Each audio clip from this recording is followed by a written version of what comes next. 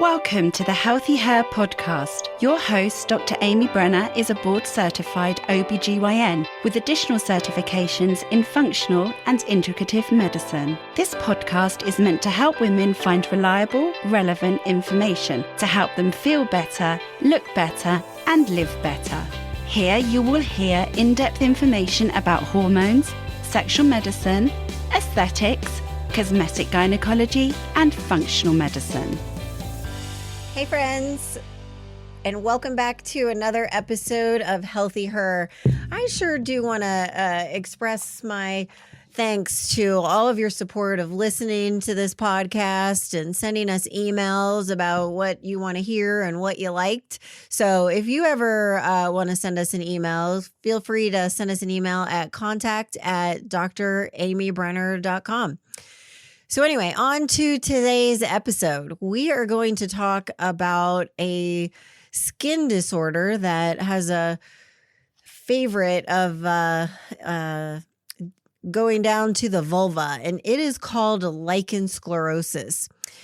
Not a lot of people know about lichen sclerosus unless you're one of the 3% of women that actually have lichen sclerosus. It's a chronic condition. It has a bimodal distribution. So what that means is it affects teenagers and then it affects people like around the time of menopause. And it can be pretty brutal. It primarily affects the skin of the vulva, which that means down there, all of the parts down there, your labia minora, your majora, the clitoris, the clitoral hood. And it can result in spotty and patchy white skin. It's been described as like cigarette paper.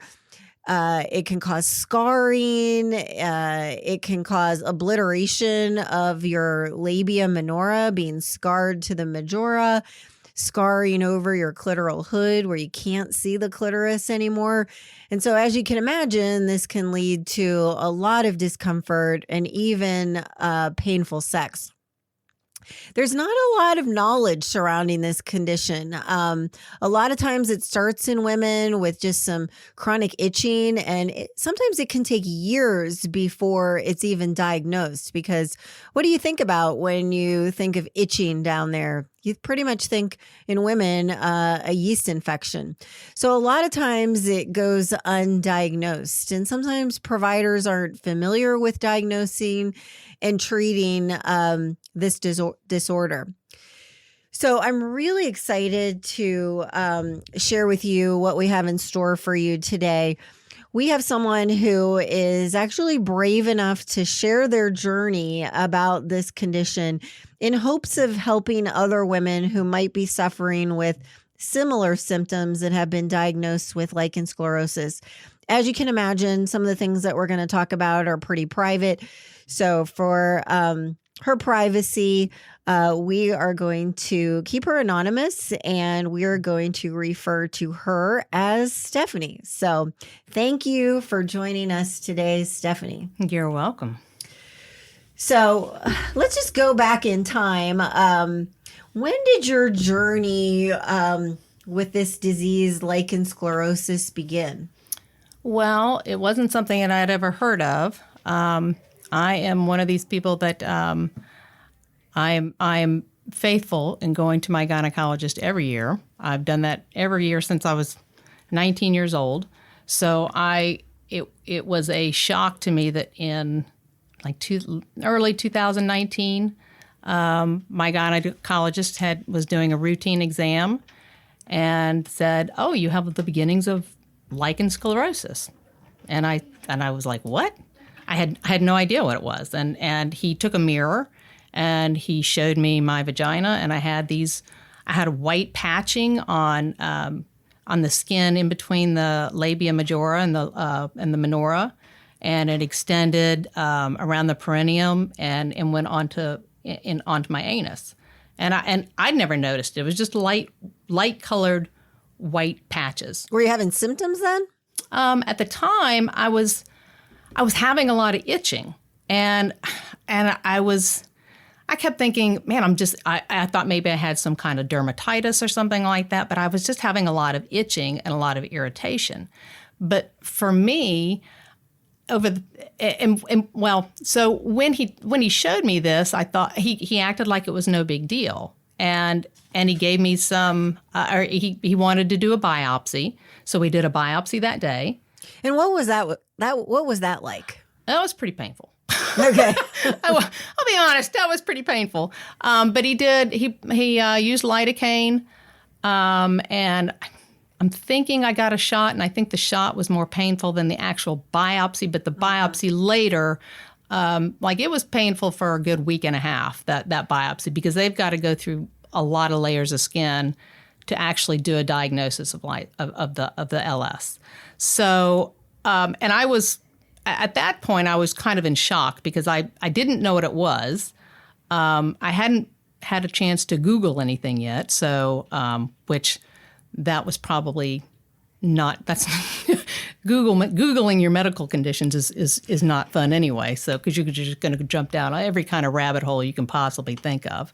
But at that point, I just was, let's take a biopsy and everything's fine, and I didn't think anything of it. But as soon as I got home and started researching it, then I started getting a little concerned. What I saw in me did not look anything like the pictures that I had seen online.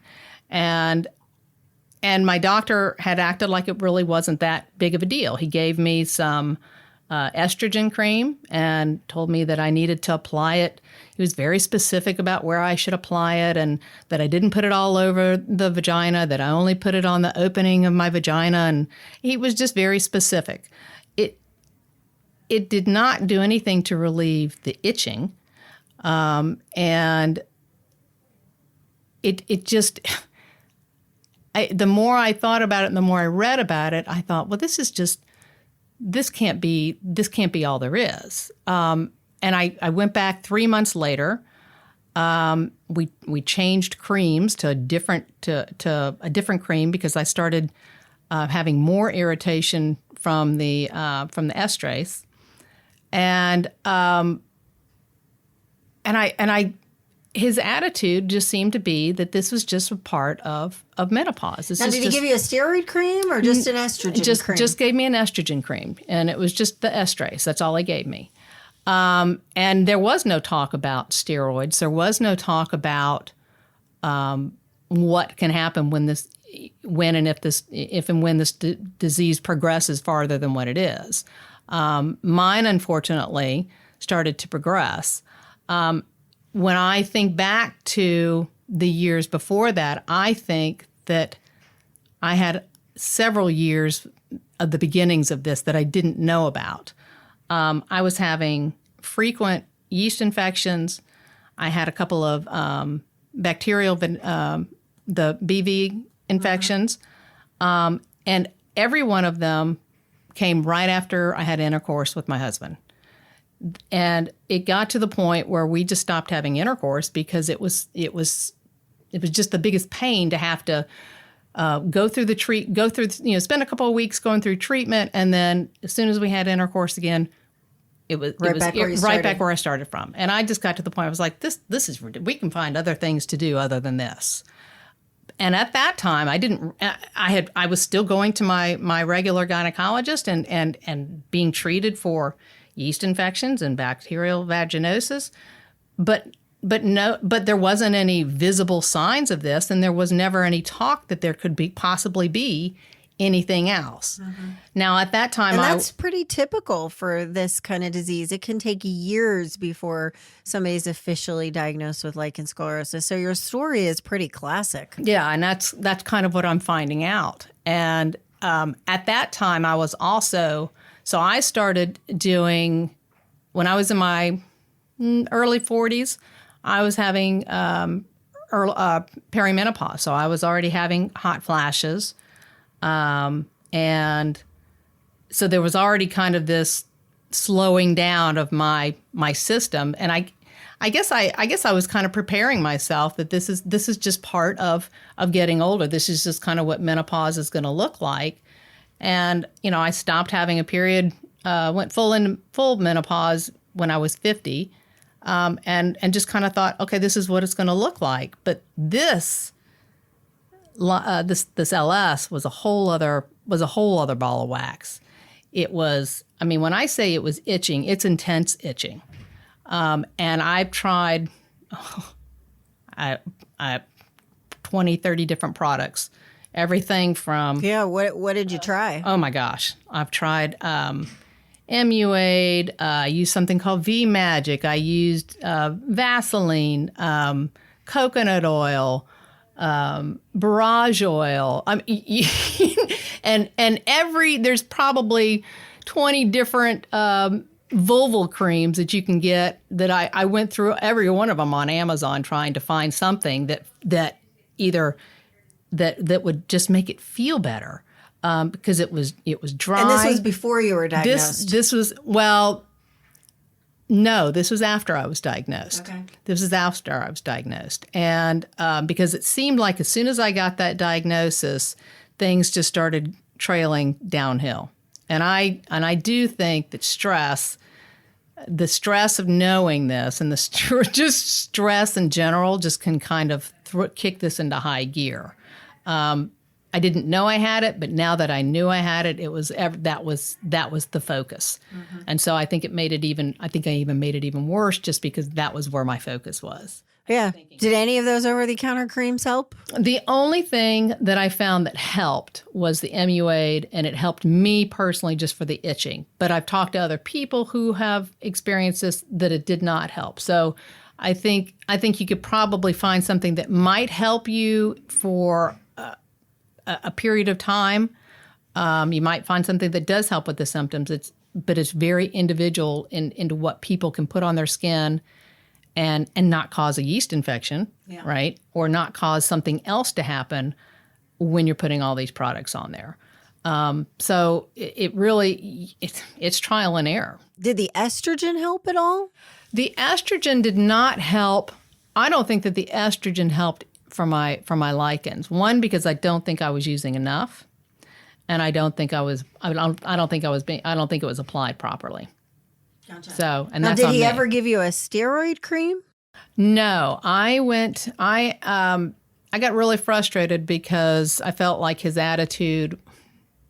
I felt like his attitude was such that it was not a big deal, and I guess I thought, if this was on your dick, you'd probably think that this was a big deal. But it's on my vagina, and it's not a big deal for you. It's a very big deal for me. So I went to go see a vulva specialist. I went and saw a vulvar specialist, and that was actually just trying to get an appointment to go see one was jumping through a bunch of hoops. I had to get a referral, and then they had to agree to the referral for me to see her.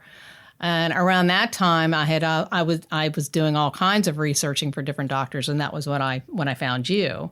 And I had read that the stuff that you were doing was a little different than what the standard of care. And the standard of care was a very strong steroidal, clobetasol. Mm-hmm. And I was actually given, starts with a T. Triamcinolone? Yes. And I used that for... So the vulvar specialist gave you triamcinolone, which is a steroid cream. It's just not as potent as clobetasol. Correct. And when I went to see the vulvar specialist, I was so excited because I was thinking, okay, this is all she deals with. She just deals with vaginas, and we're gonna fix this. She brought her assistant in, who was, I guess, a fellow who was learning. They manhandled my junk, and I was actually okay with that because I'm like, figure it out, find out what's going on there. Let's solve this problem. Mm-hmm. And they talked amongst themselves, and they mentioned absorption, and they mentioned adhesion, and they mentioned they mentioned a discoloration word, but it was a fancier term, but they weren't talking to me. They were lichenification? Yes. Okay. But they were talking amongst themselves, and she was showing everything that was going on with me, but she wasn't talking to me about it. And I thought, okay, she's going to sit down with me later, and we're going to have a combo. That didn't happen. Everybody left the room. I got a prescription for this steroidal. and I was told that I needed to apply it every day, and that was it. I was on and come back in 3 months. Then I thought, okay, I would have liked to have first of all, I would have liked to have seen what she was seeing and show me the adhesion and show me the absorption, show me what's going on, because I can look at it with a mirror, but I don't know what you're talking about. Yeah. So let's go over some of those words. So adhesions. So sometimes with lichen sclerosus, you can get adhesions. Another name for that is scarring. So for a lot of women in late stage lichen sclerosus, the labia minora, or the inner lips, can actually fuse or adhere or cause adhesions to the outside bigger lips. Not sure that happened to you, but sometimes that can happen to people. And then, as I mentioned earlier, sometimes the clitoral hood can have adhesions and scar over the clitoris. So that's what adhesions mean. Lichenification is just the medical term for what we use for that thin, crepey white tissue of what it looks like on the vulva that lichen sclerosus can cause. Yeah. I have some adhesion, and my adhesion is in the lower, the posterior part of the labia minora, and I have a little bit of adhesion, I believe, on the tip of the hood. But since I've been doing the therapy, that has decreased significantly. The therapy that you and I were doing. Correct. Yeah. Correct. So did you use the steroids for a while? I used the steroids for about 3 months, and I applied it daily, and it was very difficult because it burned. It burned a lot, and I felt like I was walking around with a yeast infection the entire time. So it was itchy, it was irritating, and then I'm still having to put this cream on.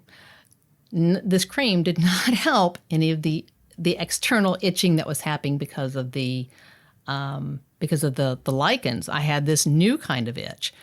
So, but by that time, I did not make it back to see her for my 3 month.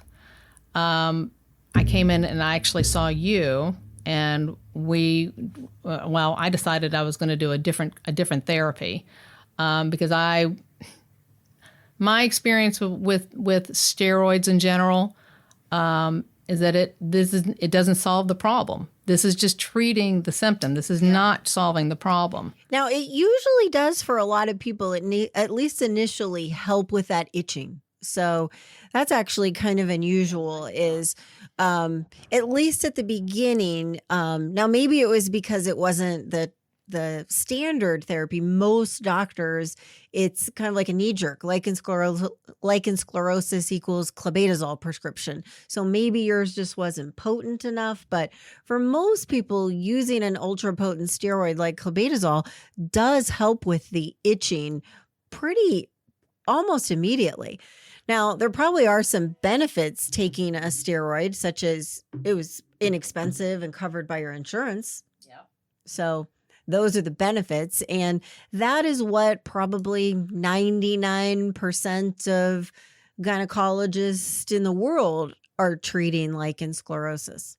Well, I think when you already have an irritating condition, you've already got an inflamed condition on the skin in an area where you start adding creams and you start adding lotions into an area that, quite frankly, you're just introducing a host of things into the vaginal canal that shouldn't be there.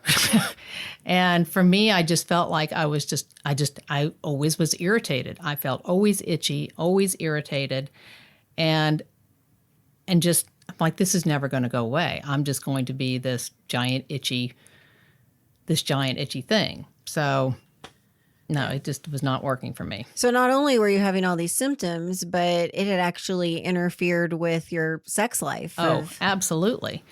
I mean, so I mentioned that we were already having problems with intercourse because every time we had intercourse, it became this new thing. Well, turned out it was my my labia was being torn.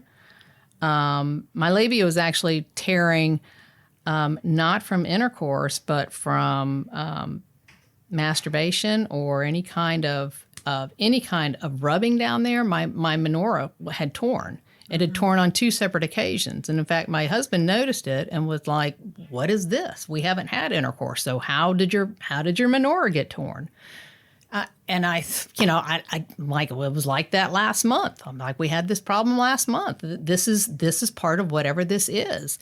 And it's very scary, first of all, because when you think about it, this progressive disease that is just, it's slowly, where your vagina is just kind of, the parts of your vagina are slowly disappearing. It is terrifying. Mm-hmm. The idea that the hood could close over, or that my urethra could close over and may not be able to pee, or might have to have that surgically fixed, or, I mean, all these things are terrifying. It's bad enough going through menopause and all the problems that you have with menopause, but then to have this happening was just overwhelming. And have all this happening during the pandemic where I can't go see anybody. Yeah. And, and everything that was going on with the pandemic, it was pretty ridiculous. So because lichen sclerosus does tend to happen to menopausal women, like you, like most people, have a double whammy. Is not only do you have a skin disease called lichen sclerosus, but you also have something called vulvovaginal atrophy, or just thinning of the skin because of decreased hormones. So it's a double whammy. Yes. And I experienced that. That's when I really... when I came to see you, I was to the point where we had attempted intercourse, and it felt like somebody had dipped his junk in broken glass. Oh. That's how painful it was, and it wasn't from a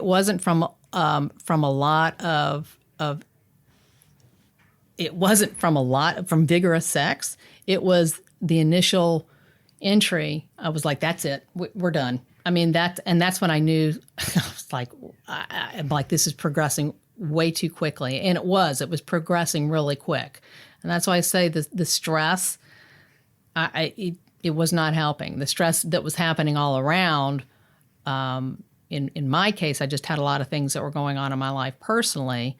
And then on top of the pandemic, on top of menopause, on top of this, there were a lot of things that were just, I felt like they were just kind of increasing the rate of the disease. So what finally worked? So I started doing, one thing I'm doing is I'm doing the HRT. So I get, I have the hormone pellets. I have testosterone and estrogen pellets that are inserted. And I take a progesterone pill at night. I have a estriol cream that is compounded with a vitamin E and HDEA that I do a vaginal insert of that. I actually do that probably every other night, 2 grams every other night, and then I apply topically. And then I also discovered something new that I added to my routine is I'm doing vaginal inserts of vitamin E. They're vitamin E suppositories that have, I feel like those have actually really helped, just doing a separate vitamin E. And that's, I kind of, I switch back and forth between the estriol compounded cream and the vitamin E suppositories. And then I have the laser and the PRP. And the PRP is the plasma. Yeah, the platelet-rich plasma. So you mentioned a couple things, and the hormone therapy, the systemic hormone therapy, which you're getting into your body from pellets, and then the topical estrogen cream. Now, those aren't a treatment for lichen sclerosus, but like I said, a lot of women have a double whammy of the atrophy associated with menopause. So that treats that, as well as just brings more blood flow to the pelvis. So the other therapies are more likely to work. But specifically, the treatments that we've done for lichen sclerosus is, you said you have a laser treatment to the vulva, and which, yeah, as you can imagine, that is not a comfortable procedure. It burns your vagina. So what is that? What is that like? Now, we do a couple things to help take the edge off, but so let's talk about those couple of things we take the edge off. So first of all, they do a lidocaine cream that gets applied to the vagina, the vaginal area. And then I have a special tubing that I get to take with me every day, or whenever I come have my treatment, and it's laughing gas. So I take that laughing gas and I breathe deeply while she lasers and torches my hoo-haws. Yeah. But so she the first couple of treatments that I had surprisingly were not bad. My very first treatment, I actually had my first pellets done. And my pellets were actually more painful after than the first laser was, which I don't ever recommend that you get both of them done at the same time unless you are a true veteran. So, So you like to space them out on different days? Yeah, I recommend that at least until you get used to what the pellet insertion is going to feel like. Get over that whole thing of having that in there, and what the procedure, the whole process of getting the laser stuff done.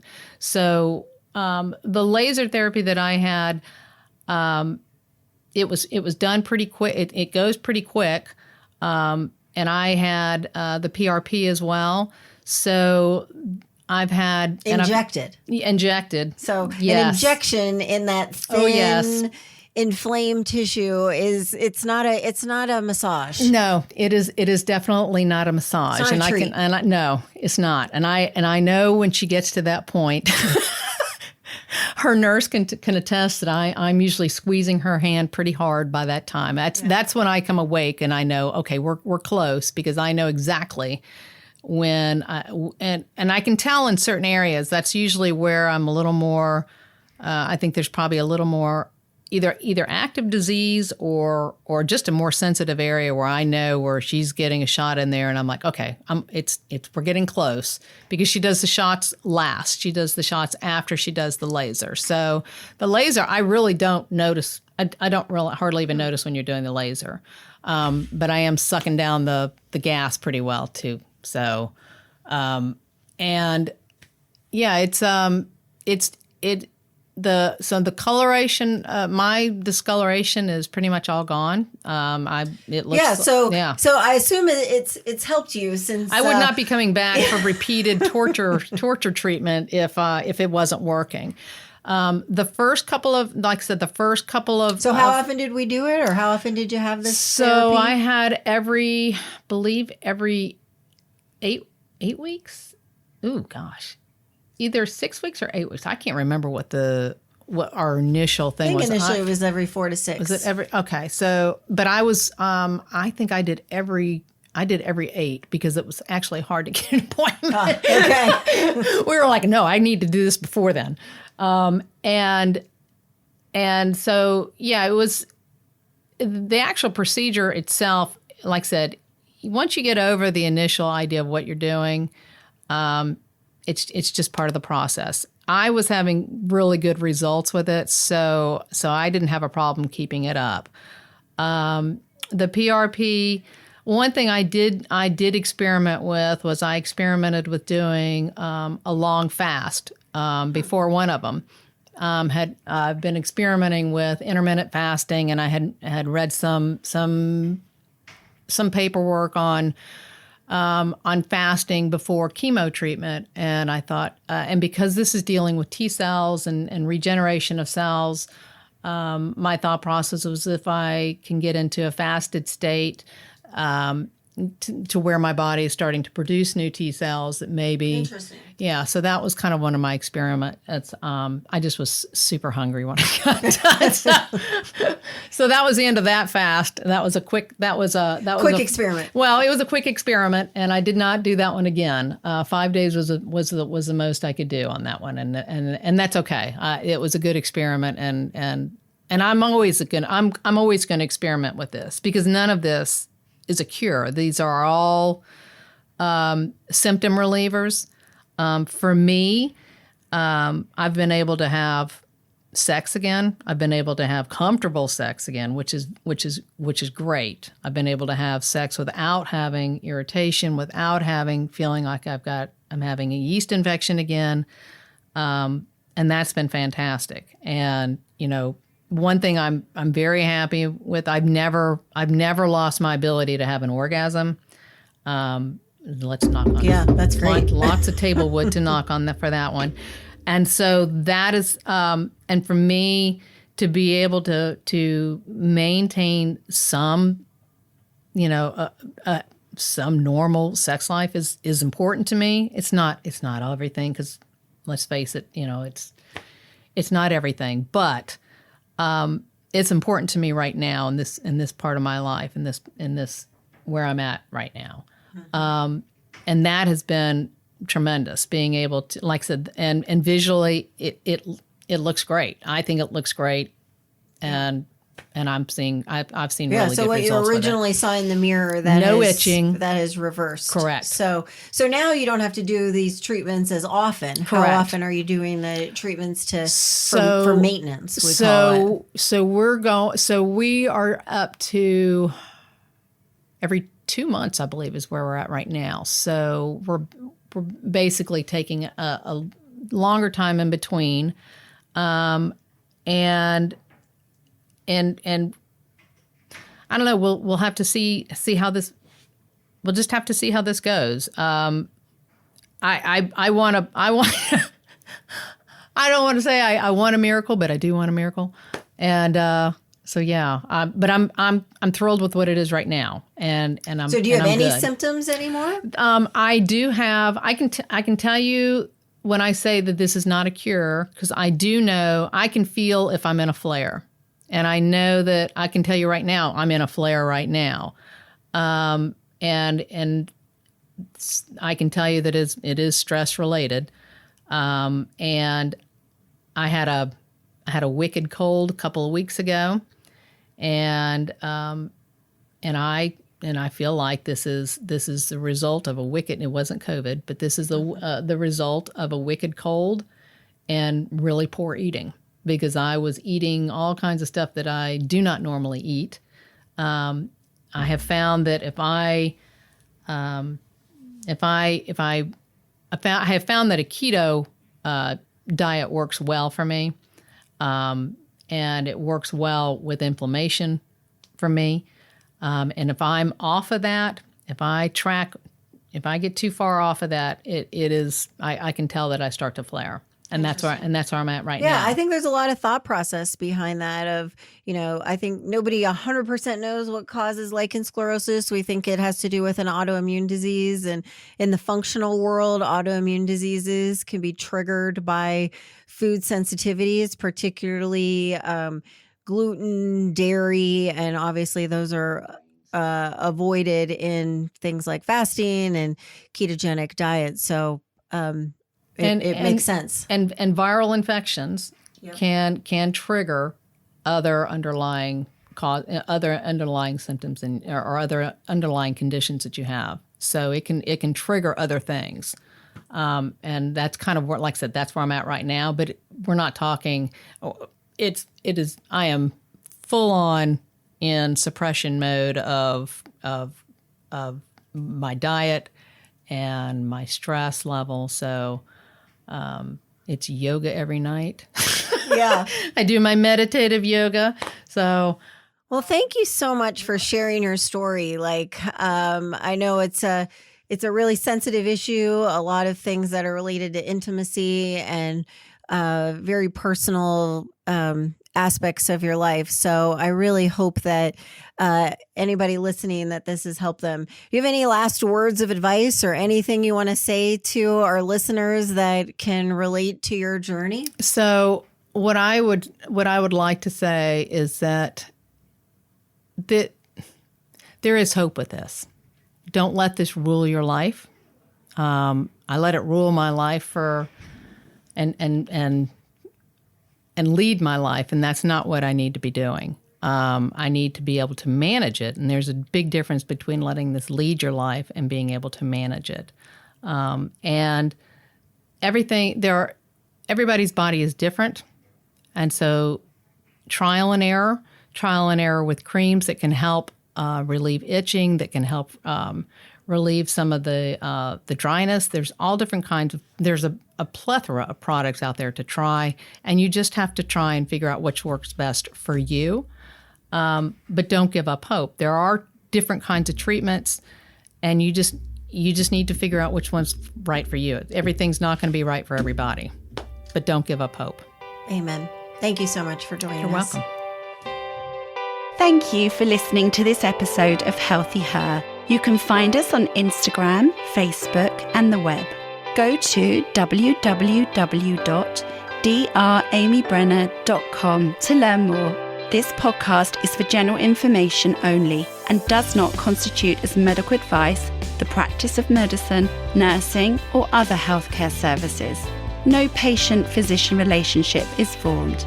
The information in the podcast and any references, material, or links are at the sole discretion of the listener and not meant to be a substitute for professional medical advice, diagnosis, or treatment. Listeners should not delay or disregard obtaining medical advice for any medical issues or diagnoses that they may have, and should seek medical advice from their healthcare provider for any such conditions.